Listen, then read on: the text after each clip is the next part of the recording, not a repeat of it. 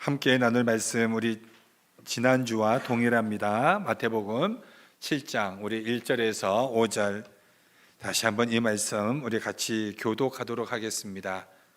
제가 한 절 읽고 여러분 한 절 읽고 그렇게 하겠습니다. 비판을 받지 아니하려거든 비판하지 말라.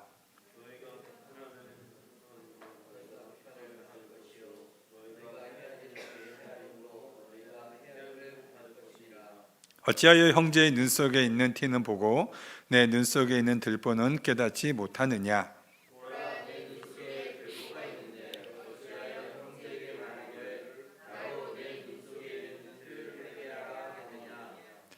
우리 다 같이 외식하는 자여 먼저 내 눈 속에서 들보를 빼어라. 그 후에야 밝히 보고 형제의 눈 속에서 티를 빼리라. 아멘. 자, 우리 비판하지 말라. 우리 두 번째 말씀 전합니다. 우리가 신앙생활하면서 이 비판이라는 이 모습들이 사실 굉장히 교회 공동체를 파괴하는 무서운 파괴력을 가지고 있습니다. 근데 예수님은 비판하지 말라라고 말씀을 하십니다. 그러니까 왜 비판하지 말아야 할까요? 그러니까 남의 인생 살지 말고 자기 인생 살라라는 말입니다. 그러니까 남이 왜 비판하냐 하냐면 자꾸 간섭하는 거거든요. 여러분 이제 자녀가 크면 부모는 자녀에 대한 간섭을 하지 말아야 됩니다. 언제쯤이면 간섭을 안 하면 될까요? 답은 모르겠지만 적어도 이제 대학생 정도 되면은 부모는 자녀를 좀 간섭하지 말고 자녀는 자기 인생 살아가도록 좀 내버려 둬야 되지 않을까. 아직 제가 대학생이 안 돼봐서 제 자녀가 제가 이렇게 말을 합니다. 한 어머니가 이제 대학을 졸업하는 아들에게 아들아, 너를 사랑하여 평생 헌신하여 키워준 이 부모의 사랑을 잊지 않고 보답하는 것을 사자성어로 뭐라고 하는지 아니? 그랬더니 아들이 갸우뚱 그런 사자성어가 있나 생각했더니 계좌이체. 너는 직장 들어가면 용돈만 보내라. 너의 인생은 주님 앞에서 인생 살고 나는 내 인생, 우리 부모 하나님과 함께 나는 내 인생 살겠다. 우리 서로 간섭하지 말고 용돈만 보내거라. 아마 이런 부모는 자기 인생에 개입하지 않을 겁니다. 그렇죠? 그런데 자녀가 장성했음에도 불구하고 계속해서 자녀를 인생에 개입을 하고 결혼을 했음에도 불구하고 개입을 한다면 그 자녀가 부모에게 그렇게 말하겠죠. 더 이상 내 인생에 개입하지 말고 엄마는 엄마 인생 살라고 그렇게 말을 하겠죠. 이게 이제 비판하는 것입니다, 여러분. 그러니까 비판한다라는 것은 자꾸 남의 인생에 개입하는 거거든요. 남의 인생에 배나라, 감나라 하는 거죠. 이 비판은 여러분 전염성이 있습니다. 그렇지 않습니까? 우리 모두가 비판을 해본 적도 있고 비판을 받아본 적도 있을 겁니다. 그렇죠. 여러분도 비판 많이 해보셨죠? 안 하신 것 같은 그렇게 거룩한 표정으로 지어도 우리가 비판을 하면 여러분 어떤 마음이 듭니까? 수긍이 됩니까? 당장 내 안에서 뭐가 나오죠? 그럼 너는 이제 이런 반응이 나오지 않습니까? 그래서 비판을 받게 되면 서로 비판하게 됩니다. 그 비판하게 되면 비판의 전염성이 커져가게 되죠. 확산이 됩니다. 그 비판은 왜 하냐면 자기 기준 때문에 그렇습니다. 그러니까 자기 의의가 강한 사람, 자기 의의가 강하다라는 것은 자신은 옳고 너는 틀렸다. 이것이 강한 거거든요. 모든 사람마다 이런 게 있습니다. 왜냐하면 다 우리가 선악과를 따먹은 죄인이기 때문에 자기가 다 선과 악을 판단하려고 합니다. 그러니까 자기 기준으로 무엇이 옳고 무엇이 틀렸다 이 기준을 갖는 거죠. 그러니까 내 기준에 묶여서 상대방을 평가하는 겁니다. 그런데 여러분 신앙인이라는 것은 무엇입니까? 그러니까 내 기준으로 보는 것이 아니라 우리가 하나님의 기준으로 바뀌어야 됩니다. 그게 신앙인입니다. 그러니까 상대방을 바꾸려 하지 마십시오. 신앙인이라는 것은 상대방을 바꾸는 게 아니라 내 자신이 바뀌는 겁니다. 근데 우리는 왜 상대방을 바꾸려고 할까요? 상대방의 모습을 보면서 내가 불편함을 느끼기 때문에 그렇습니다. 그러니까 왜 불편합니까? 그러니까 상대방에 있는 티를 보면 불편하죠. 그 티를 통해서 내 안에 뭐가 있다라고 느끼냐면 내 안에 들보가 있다라는 것을 내가 알게 되는 겁니다. 근데 그걸 인정하고 싶지 않거든요. 내 안에 있는 들보는 인정하고 싶지 않으니 상대방에 있는 작은 티를 보면서 계속해서 판단하고 비판하고 불평하고 정죄하고. 그러니까 우리가 신앙생활하면서 상대방의 행동이나 상대방의 연약한 모습에 불편함을 느끼십니까? 그럼 내 안에 그 사람보다 훨씬 큰 상대방을 불편하게 하는 그 들보가 내 안에 있다는 것을 우리 인식하셔야 됩니다. 내 자신에 대해서. 그것을 인식하는 사람은 결코 상대방에 대한 비판을 하지 않습니다. 그러니까 내 들보가 크면 클수록 더 비판합니다. 그러니까 신앙이라는 것이 무엇입니까? 남의 눈에 있는 티를 보면서 불편함을 느꼈을 때, 나는 저 사람보다 더 큰 들보가 내 안에 있구나. 그럼 내 자신을 살펴서 내 자신을 바꾸려고 하는 것. 이게 여러분 신앙인입니다. 그게 진정한 신앙 안에서 변하고, 그게 진정한 신앙 안에서 성장하는 우리 크리스찬의 모습입니다. 여러분, 우리는 예수를 믿고 고백을 하면 세례를 받습니다. 세례를 받는다라는 것이 무엇입니까? 그러니까 죄로 인하여 철저한 죽음이죠. 그러니까 물속에 완전히 잠겼다라는 것은 내 자아의 죽음을 말하는 것입니다. 내가 살아왔던 인생의 가치관, 내 인생의 주인 된 것, 이 모든 것들에 대한 죽으심이죠. 그 죽으심과 합하여 우리가 세례를 받았다라고 로마서 6장 4절에 말씀하고 있습니다. 그러니까 세례는 모든 영역에서의 죽음입니다. 제가 한 책에서 이제 읽었던 내용입니다. 한 교회가 이제 청년들과 함께 그 이스라엘 성지 순례를 갔습니다. 근데 그 성지 순례 초신자 청년이 따라갔습니다. 그래서 요단강을 바라보고 예수님이 세례받았다라는 그 지역에서 이제 목사님에게, 인솔을 하신 목사님에게 자기도 이 강물에서 세례받고 싶다고, 그래가지고 이제 그 자리에서 이제 세례식을, 요단 강물에 잠기는 세례식을 하려고 하는데 갑자기 청년이 생각이 났습니다. 목사님 잠깐만요, 제 지갑을 좀 빼놓고. 그랬더니 목사님이 아닙니다 형제님, 지갑도 회개받아야 됩니다. 세례받아야 됩니다. 그러니까 무엇을 말하는 겁니까? 그러니까 세례라는 것은 철저한 나의 가치관, 물질관, 나의 모든 인생관, 내가 중요하게 여기는 이 모든 것들이 다 주님 앞에서 죽어져야 되는 것이죠.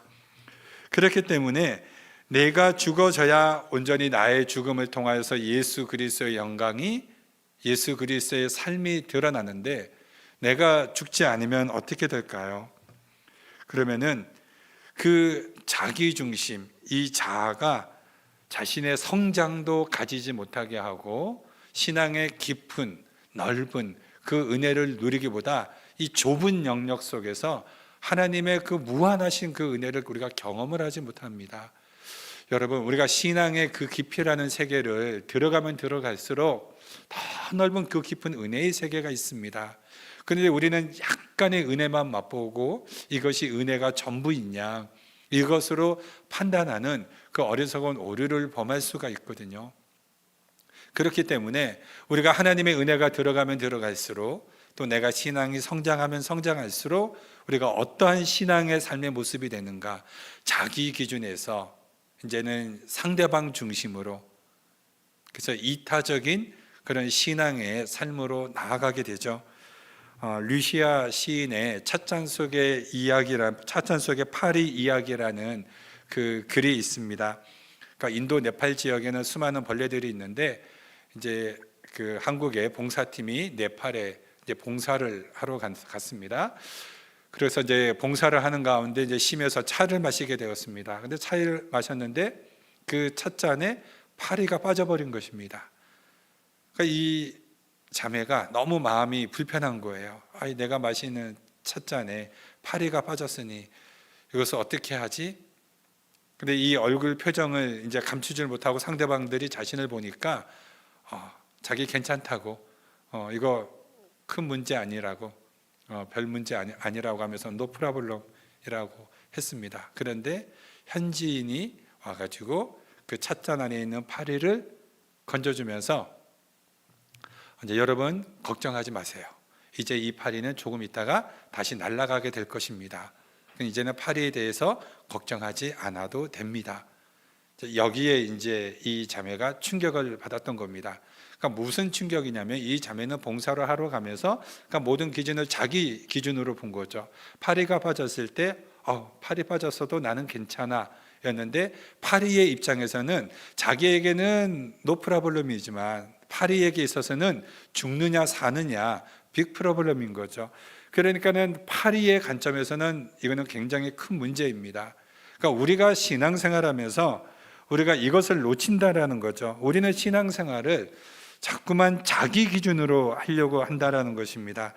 자기 중심으로 자기 기준으로 신앙생활 하다 보면은 상대방이 어떤 아픔이 있는지, 상대방이 어떤 경제적 어려움이 있는지, 상대방이 어떤 고통을 받고 있는지 이것에 대해서 어떻게 생각합니까? 그냥 노 프로블럼, 별 문제 아니다. 대수롭지 않게 생각한다라는 거죠. 그러나 참된 신앙이라는 것은 그 상대방의 입장에 서 있는 것입니다. 그래서 그 상대방이 고통받고 있는 문제, 지금 어려움의 문제, 고민하고 있는 문제, 이 문제를 나의 문제로 가지고 와서 내가 느껴질 때 그 상대방의 어려움과 상대방의 아픔과 상대방의 그 고통을 내가 같이 느낄 수 있고 그것을 같이 기도할 수 있는 것, 이게 크리스찬의 모습이라는 거죠. 그래서 여러분, 예수를 믿는다라는 것은 무엇입니까? 기준의 변화입니다. 그러니까 내 기준에서 상대방의 기준으로 변화되는 것, 그게 참된 신앙인의 모습이죠. 그러니까 우리가 계속해서 우리의 기준이 어떤 자리로 나아가야 되는가, 그러니까 예수님의 그 자리의 모습으로 나아가야 되는 것입니다. 그렇기 때문에 이 자아 중심의 이 삶, 이 자아 중심적인 이 삶은 굉장히 심각한 병입니다. 중요한 모든 것을 잃어버리게 되죠. 그러니까 우리가 이 신앙 안에서 내가 예수를 믿음에도 불구하고 아직도 모든 기준, 모든 판단, 모든 그 것들이 항상 나의 기준으로 바라보고 판단하고 우리가 나아간다면 아직은 우리가 그 신앙이 성장하지 않는 거죠. 우리에게 있어서는 별 큰 문제가 아닌 것 같지만, 내가 봤을 때는 별로 대수로운 문제가 아닌 것 같지만, 신앙이 여린 어린 한 성도에게 있어서 그 문제는 굉장히 큰 문제로 다가올 수 있거든요. 그렇다면 그 문제를 우리가 동일하게 같은 무게로 느껴야 되고 공감해야 되고 같이 아파할 수 있고 같이 기도해 줄 수 있는, 끊임없는 이런 모습으로 나아간다면 여러분, 과연 우리가 신앙생활하면서 상대방의 연약하고 불편한 모습을 보면서 우리가 쉽게 비판할 수 있을까요? 그럴 수는 없는 겁니다. 그러니까 우리가 비판을 한다라는 것은 그 자기의와 자기중심적인 것이 강하기 때문에 그것에 대해서 판단하는 것이고, 예수님께서 책망하시는 이 바리새인과 서기관이 가지고 있는 의가 자기중심적 의, 자기의가 강했기 때문에 자기들이 아닌 그 모든 상대방들을 비판하고 판단하고 정죄했던 거죠. 그러니까 우리는 이러한 심각한 병에서 벗어나야 됩니다. 예수님이 그들을 뭐라고 말씀하셨습니까? 그러니까 외식하는 자라는 거죠. 그러니까 외식하는 자라는 것이 어떤 뜻입니까? 그러니까 속사람과 겉사람이 다르다라는 거 아닙니까? 경건의 모양은 있으나 경건의 능력을 잃어버린 자들 아닙니까? 그 말은 맞지만 그 삶은 없는 자들 아닙니까? 그런 자들을 주님이 얼마나 신랄하게 비판하고 책망하셨습니까? 그러니까 우리가 예수를 믿으면서 이 자기중심적인 이것이 강하면 강할수록 상대방에 대한 너그러움이 우리가 잃어가는 것 같아요.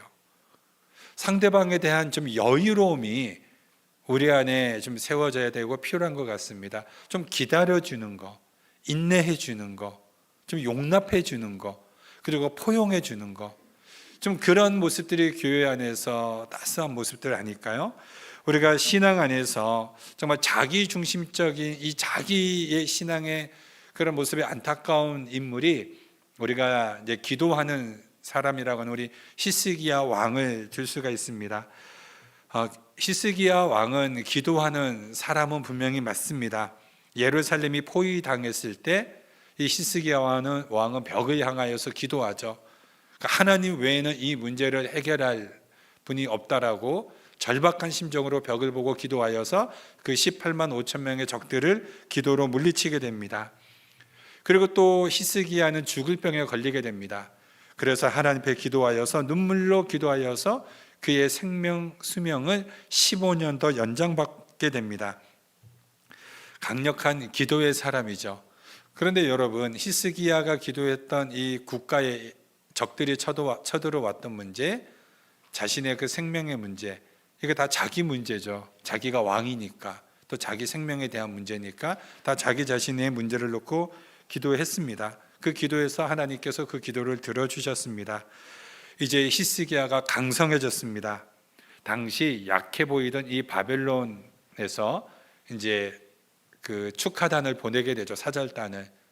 그랬을 때 히스기야가 교만해져서 어떻게 합니까? 보여줄 수 있는 모든 것을 다 보여주죠. 왕궁의 보물, 그리고 하나님의 성전의 보물들을 다 보여주게 됩니다. 자랑할 것을 다 자랑하게 되죠. 그때 이사야 선지자가 히스기야에 가서 경고하죠. 내가 자랑한 모든 것들은 바벨론으로 옮겨지게 될 거다. 그리고 더 충격적인 것이 무엇입니까? 내게서 태어날 자손들이 바벨론의 환관으로 끌려갈 것이다. 이 심판의 메시지를 받게 됩니다. 여러분, 이런 말을 들었다면 히스기야 왕이 그 다음에 어떻게 나오는 게 정상입니까? 죄를 뒤집어쓰고 기도하면서 하나님 앞에 회개하고 용서를 구해야 되겠죠. 하나님, 나의 죄로 인하여서 우리 자손들이 고통받는 것은 하나님, 그것은 옳지 않습니다. 하나님, 한 번만 용서해 달라고, 차라리 나를 심판하고 우리 자손들을 하나님께서 살려달라고 이 죄를 뒤집어쓰고 기도하는 것이 마땅할 텐데 히스기야가 어떻게 이야기합니까? 심각성을 느끼지 못합니다. 별로 심각성 느끼지 못하면서 여호와의 말씀이 옳다, 좋다. 그러나 내 생전에 이런 일이 일어나지 않기를 바란다. 이게 느헤미야의 기도였어요. 그 이사야의 경고에 히스기야가 뭐라고 하는 겁니까? 이거 내 때에만 안 일어나면 된다. 세상에 이런 망언이 어디 있습니까? 그 자기만 이런 고통 안 당하면 된다라는 거예요. 내 자손들이 어떤 고통을 당하든. 무엇이 문제입니까? 자아가 죽지 않았던 것입니다. 열심도 소용없고 기도도 소용없고 헌신도 소용없습니다. 여러분, 오로지 내가 죽고 예수가 살아야 됩니다. 내 자아가 죽어야 됩니다. 그리고 내 안에 예수가 살아나서 예수의 시각으로, 예수님의 시선으로, 예수님의 기준으로 바꿔야 됩니다. 그래야 그 사람의 사명의 길을 걷고 하나님이 그 사람의 삶을 통하여 영광을 받으십니다. 그렇기 때문에 여러분, 우리는 가치를 보고 붙들 줄 알아야 됩니다. 우리는 어떻게 기도해야 됩니까? 주여, 나를 철저히 죽여주시옵소서. 내 자아를 철저히 죽여주시옵소서. 그리하여서 나의 죽음을 통하여 오로지 예수의 모습만, 예수의 영광만 나타나게 하여 주시옵소서. 내가 예수의 사람이 되어서 예수로 살게 하여 주시옵소서. 이게 여러분, 우리 크리스찬의 삶 아닙니까? 이게 우리 크리스찬이 걸어가야 될 믿음의 길 아닙니까? 우리 갈라디아서 2장 20절 우리 말씀 잘 알죠. 내가 그리스도와 함께 십자가에 못 박혔나니 그런즉 이제 내가 사는 것이 아니요 오직 내 안에 그리스도께서 사시는 것이라. 이제 내가 육체 가운데 사는 것은 나를 사랑하사 나를 위하여 자기 자신을 버리신 하나님의 아들을 믿는 믿음 안에서 사는 것이라. 그러니까 내가 죽고 오직 예수가 사는 것. 그렇기 때문에 여러분, 우리가 이런 비판하는 병에서 우리가 극복할 수 있는 방법, 해결할 수 있는 방법이 무엇입니까? 내 안에 예수 그리스도가 나오는 것은 바로 사랑 안에서 나를 사랑하사 나를 위하여 자기 자신을 버리신. 그러니까 예수님은 우리를 사랑하사 자기 자신을 기꺼이 버리신 것입니다. 그렇다면 우리가 남을 나보다 귀하게 여기고 비판하지 않는 이 질병에서 우리가 승리할 수 있는 해법은 오직 한 가지입니다. 내 안에 주님의 사랑이 있어야 됩니다.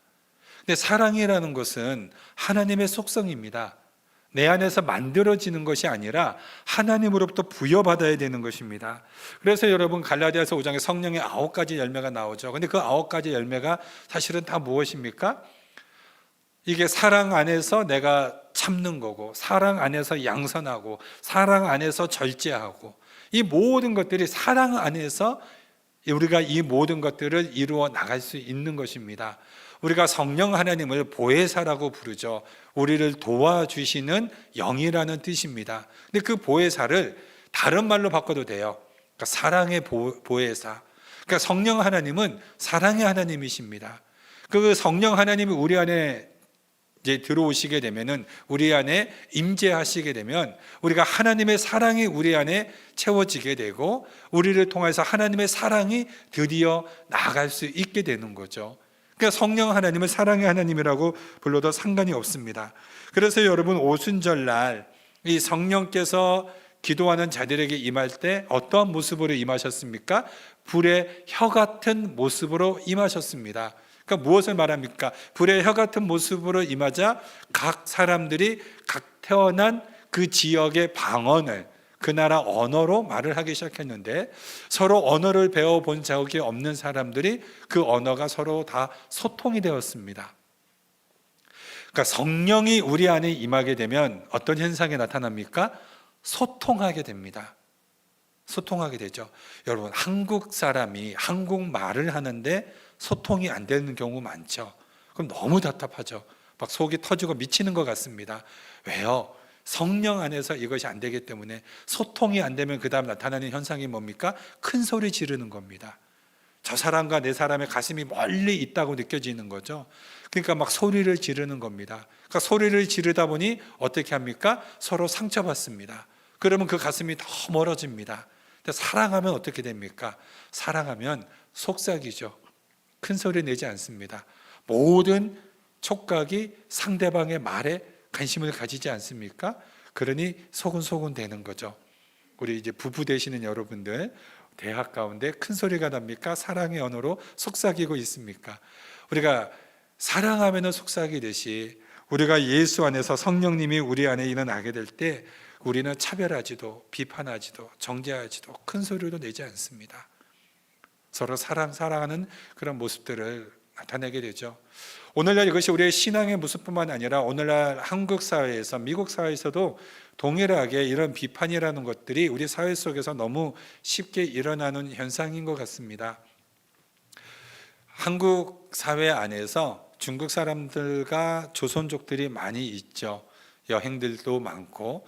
그런데 한국 사회가 요즘 이렇게 양분화가 되어서 이렇게 중국 사람들이나 조선족 사람들을 굉장히 비판과 경멸의 눈초리로 쳐다보고 있다는 것이 오늘날 한국 사회에서 일어나고 있는 현실입니다. 그리고 어떤 교회 단체들은 이제 아예 그 중국 사람들과 조선족들을 조롱하고 한국에서 나가라고 하는 그런 교회 단체들도 있습니다. 예수님이 그런 모습을 보시면은 과연 뭐라고 하실까요? 여러분, 이것 또한 인종차별이거든요. 그렇지 않습니까? 우리가 복음 안에서, 교회, 적어도 한국 사회 안에서 예수를 믿는다고 하는 사람들이라면 우리가 나가서 선교는 하지 못할지언정 자국 안에 있는 나라 사람들에게 우리가 그리스도의 사랑으로 복음을 전해서 예수 믿게 해야 되는 것이 우리 그리스도인들의 사명 아닙니까? 근데 우리가 동일하게 그런 인종들을, 조선족들에게 차별을 한다는 것은 그거는 제국주의적 발상이죠.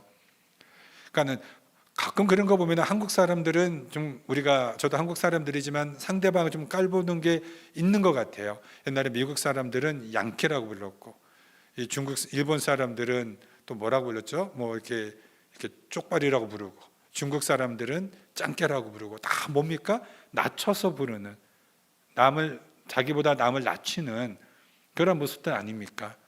그럼 미국 사회는 어떻습니까? 여러분, 미국 사회도 백인 사회 안에서 그 레벨이 나뉘어져 있다고 그러죠. 미국의 백인들 가운데 1순위가 누굽니까? 그 앵글로 색슨 계열의 프로테스탄트, 이게 1순위죠. 그 2순위는 같은 백인 계열 중에서 독일계, 덴마크, 노르웨이 이런 북유럽 사람들이 미국 이민사회의 2순위라고 합니다.